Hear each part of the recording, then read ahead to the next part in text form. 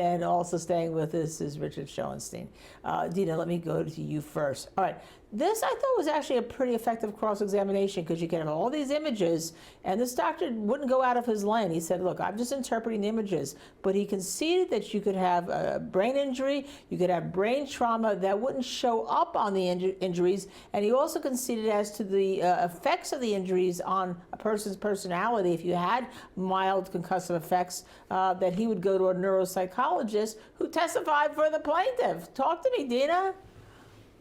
You know, we know so little bit about the brain. And I think that's kind of what is revealing here in this is obviously, you know, even if Gwyneth Paltrow caused the crash, the plaintiff has to prove that he was damaged. Otherwise, he wouldn't recover any money. And so he's trying to prove that he was damaged with this brain injury. And the science actually for brain injuries is not that great compared to maybe science regarding cancer, et cetera.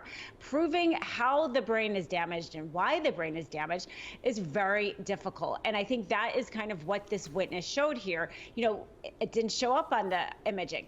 Does that mean he wasn't caused brain damage? Not necessarily. It is a kind of a holistic approach that brain you know, do look at, the doctors do look at it as a team. And even then, they often don't know what causes brain damage and why. And I think that is going to be a problem here with the plaintiff. Can they pin it down enough for the jury to believe that he had a brain damage caused by this crash, if indeed Gwyneth Paltrow even caused it? I mean, I don't know where the word objection, well, it finally came out here.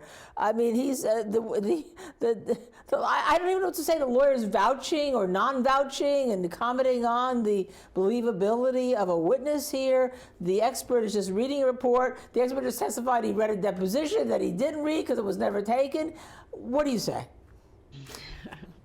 I think the judge is kind of, well, we saw there, he was kind of allowing him to read from the report because he said it could be like him writing on the chalkboard. And for whatever reason, we're not getting a lot of objections, maybe because they know that a lot of them get overruled by this judge.